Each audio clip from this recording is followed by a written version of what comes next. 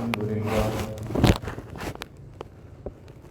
لله نحمده ونستعينه ونستغفره ونؤمن به ونتوكل عليه ونعوذ بالله من شرور أنفسنا ومن سيئات أعمالنا من يهده الله فلا مضل له ومن يضلل فلا هادي له ونشهد أن لا إله إلا الله وحده لا شريك له ونشهد أن سيدنا وسندنا ونبينا ومولانا محمدا عبده ورسوله صلى الله تعالى عليه وعلى آله وأصحابه أجمعين أما بعد فأعوذ بالله من الشيطان الرجيم بسم الله الرحمن الرحيم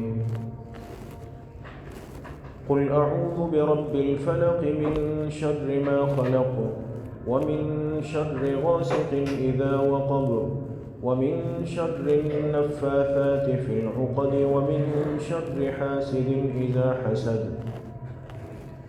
وقال رسول الله صلى الله عليه وسلم ولا تحاسدوا ولا تباغضوا وكونوا عباد الله إخوانا صدق الله وصدق رسوله النبي الكريم ونحن على ذلك لمن الشاهدين والشاكرين والحمد لله رب العالمين. درود شریف پڑھ لیں. اللهم صل على محمد وعلى آل محمد كما صليت على إبراهيم وعلى آل إبراهيم إنك حميد مجيد. اللهم بارك على محمد وعلى آل محمد كما باركت على إبراهيم وعلى آل إبراهيم إنك حميد مجيد.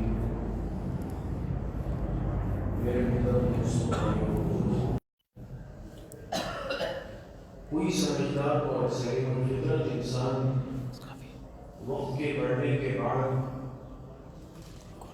اپنی تنزلی اپنا نقصان کبھی پسند نہیں کرتا.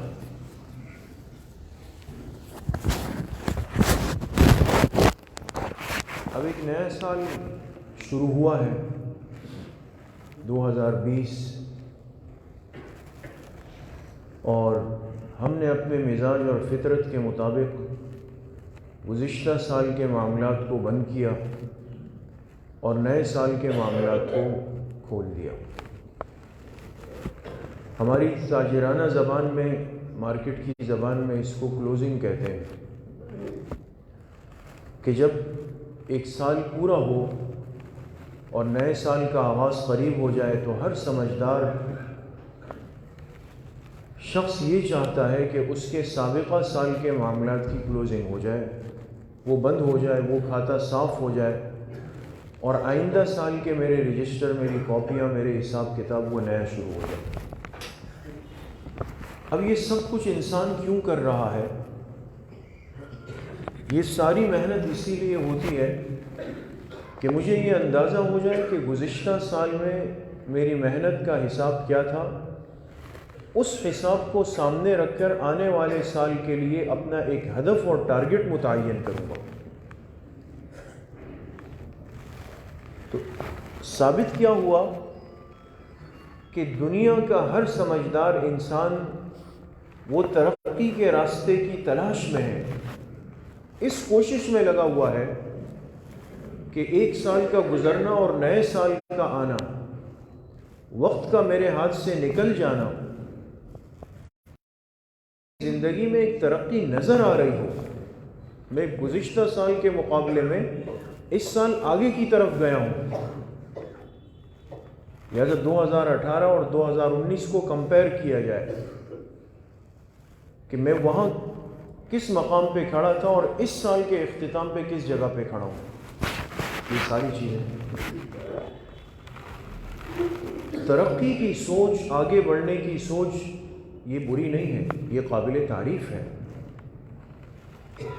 بحیثیت ایک مسلمان ہونے کے ہمیں اپنی سوچ بھی اعلیٰ رکھنی ہے، فکر بھی اعلیٰ رکھنی ہے، محنت کو بھی اعلیٰ رکھنا ہے. لیکن اس کے ساتھ ساتھ میرے دوستوں بزرگوں ایک بات ہمیشہ یاد رکھنی چاہیے کہ اس دنیا کا مزاج یہ ہے کہ جب انسان ترقی کے راستے پر آتا ہے، آگے کی طرف بڑھنے لگتا ہے، تو اس بات کو اپنے ذہن میں ضرور بٹھائیں کہ آپ کی ترقی کو ہر انسان اتنی آسانی سے برداشت بھی نہیں کرے گا۔ آپ کی رفتار کو دیکھ کر، آپ کے بڑھنے کو دیکھ کر، آپ کی ترقی کو دیکھ کر، آپ کے اسباب و وسائل کی کثرت کو دیکھ کر جس طرح آپ کا دل خوش ہو رہا ہے، بہت ساروں کے دلوں پہ آرے بھی چل رہے ہوں گے۔ آسان الفاظ میں عرض کر دوں تاکہ سمجھ جائیں سب ساتھی کہ جب انسان عروج کی طرف جاتا ہے، کمال کی طرف جاتا ہے، ترقی کی طرف جاتا ہے، اس سے حسد کرنے والے ضرور پیدا ہوتے ہیں، حاسدین پیدا ہوتے ہیں۔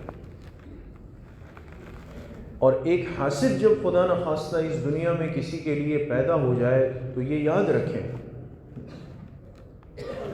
کہ حسد وہ بدترین گناہ ہے اور وہ بدترین جذبہ ہے جو انسان کو بہت ہی پستی میں گرا سکتا ہے، جہاں ہم سوچ بھی نہیں سکتے اتنا انسان گر سکتا ہے اس جذبے کی وجہ سے، اس گناہ کی وجہ سے۔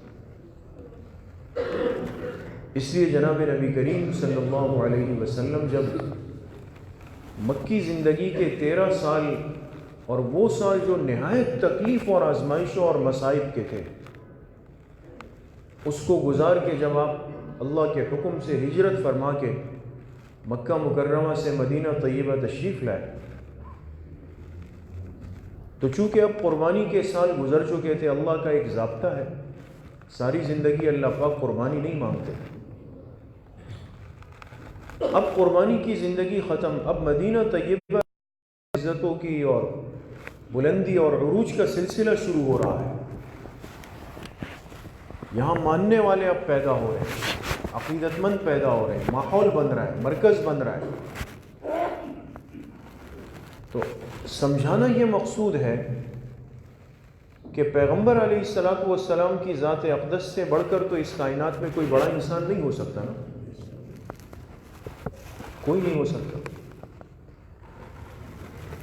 اور آپ کی آمد کا مقصد وہ انسانیت کی کامیابی ہے، انسانیت کی فکر ہے، انسانیت کی نجات ہے، پوری دنیا کے محسن اعظم اور محسن حقیقی ہے، لیکن اس ہستی اور اس ذات کے حاسدین بھی پیدا ہوئے۔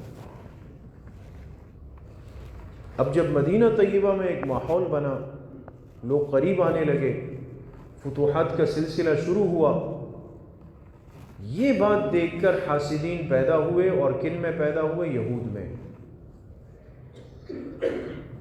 یہود کے اندر پیدا ہوئے۔ اب اس حسد کی آگ میں جل کر انہوں نے کیا حرکت کی؟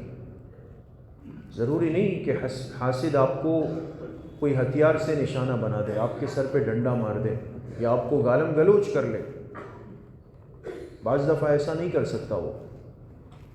یہ اندر کی آگ، اندر کا منصوبہ بناتی ہے۔ اس لیے اس بد نصیب آدمی نے، اس یہودی نے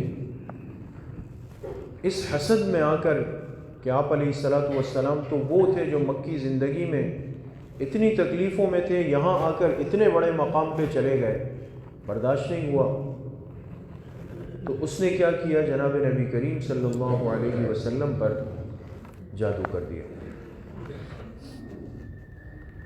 جادو کر دیا۔ جب انسان کچھ نہیں کر سکتا پھر غلط راستوں کو اختیار کرتا ہے۔ آج کل ہمارے معاشرے میں یہ چیزیں، یہ سلسلے اور یہ دکانیں کیوں اتنی آباد ہو گئی؟ جہاں دیکھیں آپ کو ہر گلی میں، ہر علاقے میں، ہر محلے میں نظر آئے گا۔ یہ ہمارے ہاں ایک بہت بڑے عامل ہوتے ہیں، ساتھی کہتے ہیں ہمارے ہاں ایک بہت بڑے عامل ہیں۔ کوئی کہے گا فلاں علاقے میں بڑے ایک عامل ہے، آج کل ان کا بڑا چرچا ہو رہا ہے۔ یہ سلسلہ اتنا عام کہ ہر تیسرا آدمی عامل ہے، اور پھر اس سے زیادہ دلچسپ بات یہ ہے کہ ہر جگہ آباد ہے۔ کوئی خالی بھی نہیں بیٹھا ہوا، اس لیے کہ انہوں نے معاشرے کے مزاج اور نفسیات کو سمجھا کہ آج کا معاشرہ حسد کی طرف جا رہا ہے، اور حاسد اس آگ میں جل رہا ہوتا ہے کہ یہ سامنے والے کو بلا کسی مقصد اور سبب کے چاہتا ہے کہ وہ تباہ و ہلاک ہو جائے، چاہے اس کے لیے میں کتنا ہی بڑا گناہ، کتنے ہی بڑے حرام کا ارتکاب کر لوں، لیکن میں کروں گا، اس لیے کہ اس کی ترقی، اس کا عروج مجھ سے برداشت نہیں ہو رہا۔ یہ چیزیں دیکھیں آج ہمارے معاشرے میں بہت عام ہیں۔ ہم جب ترقی کے راستے پر آتے ہیں، چاہے وہ ترقی آپ کے دکان کی ہو، کاروبار کی ہو، رزق روزگار کی ہو، اولاد کی ہو، گھر کی ہو، گاڑی کی ہو، کسی بھی چیز کی ہو، لیکن یہ بات ضرور بحیثیت ایک مسلمان کے اپنے ذہن میں ہمیں بٹھانی ہے کہ جب اللہ کی طرف سے آپ پر برکتیں اور وسعتیں کھلیں گی تو لازماً آپ کے ارد گرد آپ کے حاسدین بھی ضرور سر اٹھائیں گے، کوئی بھی ہو سکتا ہے، کوئی بھی ہو۔ حضور علیہ الصلوۃ والسلام پہ جادو کر لیا، اور یہ کیفیت ہو گئی کہ بہت سارے موقعوں پر آپ علیہ الصلوۃ والسلام کو ایسا لگتا کہ میں نے یہ عمل، یہ کام کیا ہے، لیکن وہ کام آپ نے نہیں کیا۔ آپ کو لگتا کہ آپ نے کھانا کھایا ہے، جبکہ حقیقت میں آپ نے کھانا نہیں کھایا ہوتا۔ پیغمبر کی ذات پر جادو کا اثر ہوا، ہو سکتا ہے، یہ مقام عصمت و نبوت کے منافی نہیں۔ بعض لوگوں کو اس سے شبہ ہوتا ہے کہ پیغمبر تو معصوم ہے، وہ تو اللہ پاک کی طرف سے وحی لے کر امت کو دیتا ہے، اگر اس پہ بھی جادو کا اثر ہوا ہے تو یہ تو قابل اعتراض بات ہے۔ تو یاد رکھیں کہ جادو کا اثر پیغمبر کے منصب پر اور پیغمبر کے کام پر نہیں ہو سکتا۔ جو وحی ہے، جو شریعت ہے، جو اعمال ہے، اس سے جادو کا اثر اس پہ نہیں پڑ سکتا، لیکن زندگی کے معمولات پر، لہذا پیغمبر بیمار بھی ہو سکتے، اور آپ حضرات سنتے ہیں پیغمبر پر تکلیفیں، آزمائشیں بھی آ سکتی ہیں۔ غزوہ احد میں آپ علیہ الصلوۃ والسلام کے رخسار مبارک زخمی بھی ہوا ہے، اس سے خون بھی نکلا ہے۔ تو جسمانی امراض و اعراض پیغمبر پہ آ سکتے ہیں، اور جادو کا یہی ایک ہدف ہوتا ہے۔ تو آپ پر اثر ہوا، آپ بیمار رہنے لگے، اور آپ ایسا محسوس کرتے کہ جیسے آپ کے جسم کو کسی نے باندھ دیا ہے۔ تکلیف کی ایام تھی، کئی دن گزر گئے۔ ایک رات جب سوئے تو آپ نے دیکھا کہ دو شخص آئے، ایک آپ کے سرہانے اور ایک آپ کی پائنتی پیر کی جانب۔ دونوں نے آپس میں بات چیت کی۔ جو سرہانے تھا اس نے دوسرے سے پوچھا کہ یہ آپ کے ساتھی کو کیا ہوا ہے؟ تو انہوں نے فرمایا کہ انہ مسحور، ان پر جادو کیا گیا ہے۔ آپ علیہ السلام نے فرمایا میں ان آنے والوں کی باتیں سن رہا تھا، یہ اللہ کے دو فرشتے تھے۔ اب اللہ کی طرف سے ایک نشاندہی ہو رہی تھی کہ یہ جو آپ کو آج کل جسمانی تکلیف محسوس ہوتی ہے، اس کا سبب کیا ہے؟ تو ایک نے پوچھا کیا ہوا؟ اس نے کہا انہ مسحور، ان کو جادو ہوا ہے۔ تو اس سوال کرنے والے نے پوچھا کہ کس نے جادو کیا؟ تو دوسرے نے کہا کہ لبید ابن اعصم یہودی نے کیا ہے، نام لیا۔ کس چیز پر کیا ہے؟ کہا کہ ان کے بالوں پر کیا ہے، اور اس بالوں کو کھجور کی ایک خوشے میں بند کر کے کیا گیا۔ کہاں پر کیا گیا؟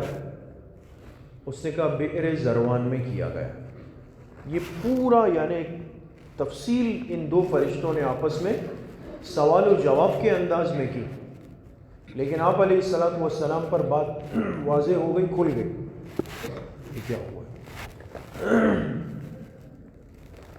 آپ علیہ الصلوۃ والسلام یہ ساری بات سن کر اٹھ گئے اور سمجھ گئے کہ جو مجھے جسمانی تکلیف آج کل لگی ہے اس کا سبب کیا ہے۔ لہٰذا آپ نے چند صحابہ کو بھیجا، اور ایک روایت میں یہ بھی ہے کہ آپ خود تشریف لے گئے۔ بئر زروان یہ مدینہ طیبہ کی آبادی سے باہر ایک بے آباد کنواں تھا، بے آباد یعنی اس میں پانی نہیں تھا، اس وقت بالکل گہرائی میں تھا۔ اس کنویں پر پہنچ کر صحابہ نیچے اترے، اور ایک اتنا بڑا پتھر جس کو ایک اکیلا آدمی نہیں اٹھا سکتا تھا، بلکہ 2-3 افراد نے مل کر اس پتھر کو جب ہٹایا تو دیکھا اس کے نیچے کھجور کا ایک خوشہ ہے، اور اس خوشے کو بند کیا گیا ہے اس طرح آپس میں، اس کو نکالا گیا اور آپ علیہ الصلوۃ والسلام کی خدمت میں لایا گیا۔ آپ نے جب اس کو کھولا تو دیکھا آپ کے سر کے جو بال مبارک تھے وہ بال مبارک جمع کیے گئے تھے، اور اس میں گرہیں لگائی گئی، گانٹھیں لگائی گئی تھی، اور اس کو کھجور کے اس خوشے میں بند کر دیا گیا تھا۔ یہ بال مبارک کیسے حاصل ہوئے؟ آپ جب کنگھی فرمایا کرتے تھے سر میں، تو عام طور پہ انسان جب کنگھی کرتا ہے تو اس میں لازماً بال رہ جاتے ہیں نا، داڑھی میں کرے، سر میں کرے، کیونکہ مستورات کے بال لمبے ہوتے ہیں، یا جس نے سنت مطابق بال بڑے رکھے ہوں تو ایسے بال اس کنگھی کے دندانوں میں پھنس جاتے ہیں۔ اس لیے مسئلہ علماء نے یہ لکھا کہ انسان جب کنگھی کرے، چاہے سر میں کرے چاہے داڑھی میں کرے، ان بالوں کو کنگھی میں چھوڑے نہیں، بلکہ اس کو جمع کر کے پھر کسی صاف پانی میں بہا دے یا کسی مٹی والی جگہ میں اس کو دفنا دے۔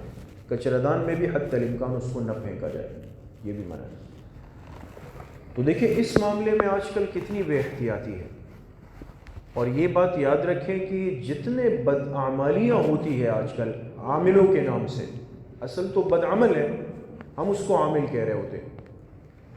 اس عنوان سے جتنے کام ہوتے ہیں اس میں یاد رکھیں، علماء نے لکھا ہے کہ عام طور پہ اس میں انسان کے بالوں کو استعمال کر لیا جاتا ہے، اس لیے کہ اس کو حاصل کرنا آسان ہے۔ جس کی بھی رسائی آپ کے گھر میں ہے وہ اس سے بال لے کر کچھ بھی کر سکتا ہے۔ مقصد احتیاط ہے، انسان جب جسم کی صفائی ستھرائی کرے تو احتیاط کرے، بالوں کو نہ چھوڑے۔ وہ بال مبارک آپ علیہ السلام کے کسی طریقے سے حاصل کیے گئے، اور اس پر اس یہودی نے اور اس کی بیٹیوں نے مل کر جادو کیا اور اس پہ گرے لگائی۔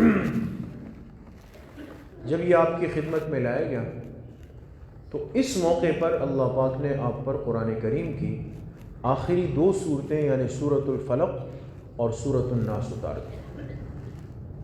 2 جو آخری صورتیں ہیں، سورۃ الفلق، اس میں کل کتنی آیتیں ہیں؟ 5 آیتیں۔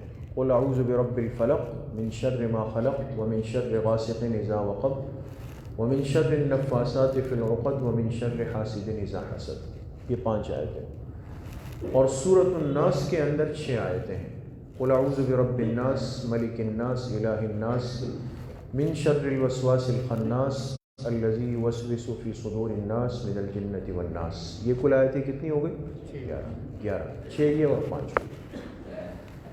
تو اللہ پاک کی شان دیکھیں کہ یہ 11 آیتیں ہیں۔ آپ علیہ الصلوۃ والسلام پر وحی اتری، اور آپ نے جب اس کی پہلی آیت پڑھی قل اعوذ برب الفلق، تو اس بال پر لگی ہوئی پہلی ایک گرہ کھل گئی، من شر ما خلق دوسری گرہ کھلی، ایک ایک آیت پر ایک ایک گرہ کھلتی گئی، کل 11 گرہیں لگائی گئی تھی اور 11 آیتیں اتری۔ اور آپ علیہ الصلوۃ والسلام نے فرمایا جب میں نے دونوں صورتیں مکمل کی اور وہ ساری گرہیں کھل گئی تو مجھے ایسا محسوس ہوا کہ میرا بندھا ہوا جسم کھل گیا، یعنی اتنا اثر تھا اس جادو کا جو جناب نبی کریم صلی اللہ علیہ وسلم پر جسمانی طور پہ ہوا۔ تو جب اللہ کے آخری پیغمبر کے ساتھ حسد ہوا ہے، جب اس کائنات کے محسن حقیقی کے ساتھ حسد ہوا ہے، اور صرف اس لیے ہوا کہ آپ کو کیوں یہ ترقی ملی، کیوں یہ نبوت ملی، کیوں آپ کے گرد ایک حلقہ اور مجمع جمع ہو رہا ہے، اس حسد نے انسان کو آمادہ کیا کہ وہ اللہ کے پیغمبر پہ جادو کر لے، اس گناہ کا، اس کفر کا ارتکاب کر لے۔ وہ تو یہودی تھے، ان کے دل کے اندر ویسے ہی کینہ اور حسد تھا۔ تو ہمارے بزرگوں نے لکھا کہ اللہ پاک نے قرآن کریم کی آخری 2 صورتیں اتار کے اس امت کو ایک سبق دیا، ایک پیغام دیا کہ ہمیشہ یاد رکھو کہ جب بھی دنیا یا دین کی ترقی کی طرف جاؤ گے حاسدین ضرور پیدا ہوں، اور پھر جب حاسدین پیدا ہوتے ہیں تو پھر وہ ہر غلط کام جو ہو سکتا ہے وہ اس کو کرنے سے گریز نہیں کرتے۔ اور آج افسوس یہ کہ ایسے لوگ ایسے گناہوں میں، ایسی گندگیوں میں، ایسی نجاستوں میں، ایسی غلاظتوں میں پڑے ہوئے لوگ جن کو صرف دنیا اور دنیا کے پیسوں سے غرض ہے، وہ یہ چیزیں لے کر ہر کام کے لیے آمادہ اور تیار ہے، اس لیے کہ ایمان تو ان حرکتوں کی وجہ سے ویسے ہی رخصت ہو جاتا ہے، پھر سارے گناہ اس معاشرے میں وہ چل رہے ہوتے ہیں۔ اس لیے میرے محترم دوستوں، بھائیوں اور بزرگوں، ہمیں یہ 2 صورتیں دی گئی، اور دیکھیں اس میں باقاعدہ ہمیں یعنی ایک دعا سکھائی گئی، وَمِن شَرِّ حَاسِدٍ إِذَا حَسَدَ، میں پناہ مانگتا ہوں حسد کرنے والے سے جب وہ حسد کرنے پہ آ جائے۔ مطلب حاسد کے حسد سے پناہ مانگنے کی تلقین کی گئی اس امت کو کہ بھئی تم یہ دعا مانگا کرو کہ اللہ میں حاسد کے حسد سے پناہ مانگتا ہوں، اس لیے کہ خدا نخواستہ اگر ایسا ذہن پیدا ہو جائے جو کسی سے حسد کرنے والا ہو تو وہ پھر کوئی بھی گھٹیا سے گھٹیا اور گرا ہوا کام کرنے سے گریز نہیں کرتا۔ دوستو بزرگوں، تو نیا سال ہے، ہر انسان نے اپنے معاملات کو چیک کیا ہے، ہر انسان اپنی ایک ترقی کے سفر پہ آگے ایک قدم بڑھا رہا ہے۔ ہر انسان کی یہ خواہش ہوگی کہ بھئی اب پرانے گھر سے نئے گھر کی طرف آنا ہے، چھوٹی دکان سے بڑی دکان کی طرف آنا ہے، پرانے ماڈل کی گاڑی سے نئے ماڈل کی گاڑی کی طرف آنا ہے، بچے بڑے ہو رہے ہیں ان کے لیے اچھے رشتے تلاش کرنے۔ یہ ساری چیزیں دیکھیں سال بسال ذہن میں تازہ ہوتی ہیں اور انسان اوپر جانا چاہتا ہے۔ اس کے لیے ہمیں حفاظتی اسباب جو قرآن سے سکھائے گئے اس کو اختیار کرنا بہت ضروری ہے، بہت ضروری ہے کہ ہم ان مسنون اعمال کا، ان دعاؤں کا اور ان صورتوں کا اہتمام کریں جس سے انسان ان جسمانی اور روحانی امراض سے محفوظ ہو جاتا ہے، اور بہت آسان ہے، کوئی مشکل نہیں۔ اس لیے حضرت عائشہ رضی اللہ عنہا فرماتی ہے کہ ایسا نہیں ہوا کہ آپ علیہ الصلوۃ والسلام رات بستر پہ تشریف لائے ہوں اور آپ نے قرآن کریم کی یہ 2 آخری صورتیں پڑھ کے اپنے ہاتھوں پہ دم کر کے اور اپنے پورے جسم پر نہ پھیرے۔ حضور کی ساری زندگی کا معمول رہا کہ جب سونے کے لیے تشریف لاتے بستر پہ تو یہ صورتیں پڑھ کر اپنے دونوں ہاتھوں پہ دم فرماتے اور پھر ہاتھ کو پورے جسم پہ جہاں تک ہاتھ پہنچ سکتا تھا اس کو پھیر دیتے۔ یہ کیا تھا؟ یہ امت کو ایک سبق تھا۔ آپ علیہ الصلوۃ والسلام تو معصوم بھی تھے، محفوظ بھی تھے، آپ کی حفاظت کے لیے تو جبرائیل علیہ الصلوۃ والسلام مقرر کیے گئے، لیکن امت کو سمجھایا کہ اس غفلت والی زندگی سے بچ جاؤ کہ نہ رات کو کیا کرنا ہے نہ دن میں کیسے نکلنا ہے، جیسے آج کل ہم کرتے ہیں، بس موبائل میں کھیلتے کھیلتے کھیلتے آنکھ لگ گئی، سو گئے، نہ کسی نے مصنون دعا پڑھی، نہ قرآن کی آخری صورتیں پڑھی، نہ کلمہ طیبہ پڑھا، کوئی اہتمام نہیں۔ اور اسی طرح صبح اٹھ گئے تو ہر آدمی کو یہ فکر ہے کہ سرہانے پڑے ہوئے موبائل کو چیک کرنا ہے، اس میں کیا کیا میسیجز آئے گا۔ یعنی یہ ایک زندہ بیماری ہے، ہر انسان اس میں مبتلا ہو چکا ہے۔ تو اس کا واضح اور برا نقصان یہ ہے کہ ہم مسنون اعمال سے دور ہو گئے۔ لہذا سونے کے وقت کیا مسنون عمل ہے، جاگنے کے بعد کیا ہے، گھر سے نکلنے وقت کیا ہے، گھر میں داخل ہوتے وقت کیا ہے، بازار میں داخل ہوتے وقت کیا ہے، یہ کچھ بھی یاد نہیں۔ یہ سب چیزیں زندگیوں سے فوت ہو گئی۔ تو آج ان مسنون اعمال کا اہتمام اگر زندہ ہو جائے اور ہم اس کی پابندی کرنے لگ جائیں، یہ چھوٹے سے اعمال ہیں لیکن ہماری معمولات کا حصہ بن جائے، دن رات کے معمولات میں شامل ہو جائے، ہم اس کو پابندی سے کریں تو یقین کریں یہ جو آج بہت ساری مصیبتیں ہیں اور پھر ہم اس کے لیے بھاگتے ہیں کہ اس کے پاس جانا ہے، یہاں جانا ہے، یہ چیز کرنی ہے، فلاں کرنا ہے، یہ ساری بھاگ دوڑ جو ہے یہ ختم ہو جائے اگر ان مسنون اعمال کا اہتمام ہماری زندگیوں کا حصہ ہو جائے۔ اور مشکل کوئی نہیں، ان دو صورتوں میں یاد رکھیں جو قرآن کریم کی دو صورتیں ہیں آخر کی، سورۃ الفلق اور سورۃ الناس، ان کو معوذتین کہتے ہیں، آپ جانتے ہو ان دونوں صورتوں کو معوذتین، یعنی وہ صورتیں جو انسان کی حفاظت کے لیے دی گئی۔ یہ ایک حفاظتی حصار ہے، حفاظتی گارڈ ہے۔ آج انسان اپنی حفاظت کے لیے ظاہراً کتنے اسباب کرتا ہے، ہر دروازے پہ 3 کنڈیاں ہیں اور تالے ہیں، اور عجیب و غریب تالے ہیں۔ جس کے پاس زیادہ اسباب ہے وہ اس سے زیادہ انتظام کرتا ہے، لیکن بحیثیت ایک مسلمان کے ہماری حفاظت کا جو اصل سامان ہے، جو اصل طریقہ ہے، وہ وہی ہوگا جو اللہ نے اپنے آخری پیغمبر کو دیا۔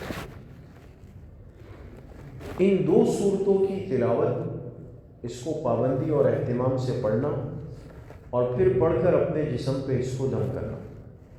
حضرت عائشہ رضی اللہ عنہ فرماتی ہے جب عمر مبارک کا آخری حصہ تھا، آپ شدید بیمار تھے، تو میں نے محسوس کیا کہ آپ اپنے معمول کو پورا کرنا چاہتے ہیں لیکن ہمت نہیں ہو پا رہی تھی،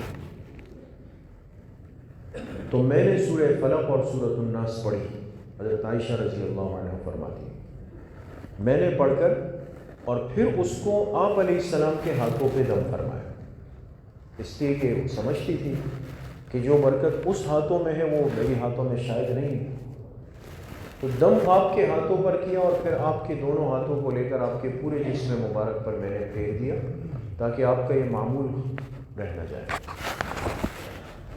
تو آج اگر ان اعمال کی پابندی ہو، یہ دو چھوٹی صورتیں عام طور پہ ہر مسلمان کو یاد ہوتی ہیں، ہم کتنی دفعہ دن میں اس کو اپنی سنتوں میں، نوافل میں پڑھتے ہیں اور باجماعت نمازوں میں اپنے ائمہ سے سنتے ہیں، ایک معمول بہا ہے، لیکن اس کی اہمیت اور افادیت اور فوائد اور برکات سے آج واقف نہیں ہے امت، کہ کتنا قیمتی عمل ہمیں دیا ہے اور آسان عمل۔ تو ان دو صورتوں کو اپنی زندگی کا، اپنے وظائف کا حصہ بنائیں، دوستوں حصہ بنائیں۔ خاص طور پہ رات سوتے ہوئے جب بستر پہ ہم جائیں، سونے کی دعا پڑھ لیں، اللہم بسمک اموت و احیا، پھر یہ دو صورتیں پڑھ کے ہاتھ پہ دم کر کے پورے جسم پہ پھیر دیں، تو انسان کے لیے سارے شر سے، فتنوں سے، شیاطین سے رات کی پوری حفاظت ہو جاتی ہے، یہ بچ جاتا ہے۔ اسی طرح جب صبح انسان نکلے تو یہ دونوں صورتیں پڑھ لیں۔ ہمارے بعض بزرگوں نے لکھا ہے کہ جو شخص روزانہ آخر کی تینوں صورتیں پڑھتا ہے، سورہ اخلاص، سورہ فلق اور سورۃ الناس، ان تینوں صورتوں کو پڑھ کے اپنے اوپر دم کرنے کا اہتمام کرے تو یہ ساری زندگی جادو سے محفوظ رہتا ہے۔ اتنا بڑا عمل ہے، تو دن میں بھی اس کا اہتمام، رات میں بھی اس کا اہتمام، اسی طرح پڑھ کر اپنے وہ بچے جو پڑھ نہیں سکتے، معصوم ہو، نظر لگ جاتی ہے، ان پہ دم کرنے کا اہتمام، یہ چیزیں اگر زندگی کا حصہ بن جائے تو آپ دیکھیں گے کہ یہ جو آج کی پریشانیاں ہیں اور یہ جو حسد کے جذبات ہیں اور برائی کے جذبات ہیں، کسی کی ترقی کو دیکھ کر انسان کا دل بیٹھ رہا ہے، دل جل رہا ہے، یہ سارے جذبات آہستہ آہستہ، یہ ایک روحانی مرض ہے، اس برکت سے یہ ختم ہونے لگ جاتا ہے۔ اللہ پاک مجھے بھی آپ سب کو صحیح عمل کی توفیق نصیب فرمائے۔ وآخر دعوانا ان الحمد للہ رب العالمین۔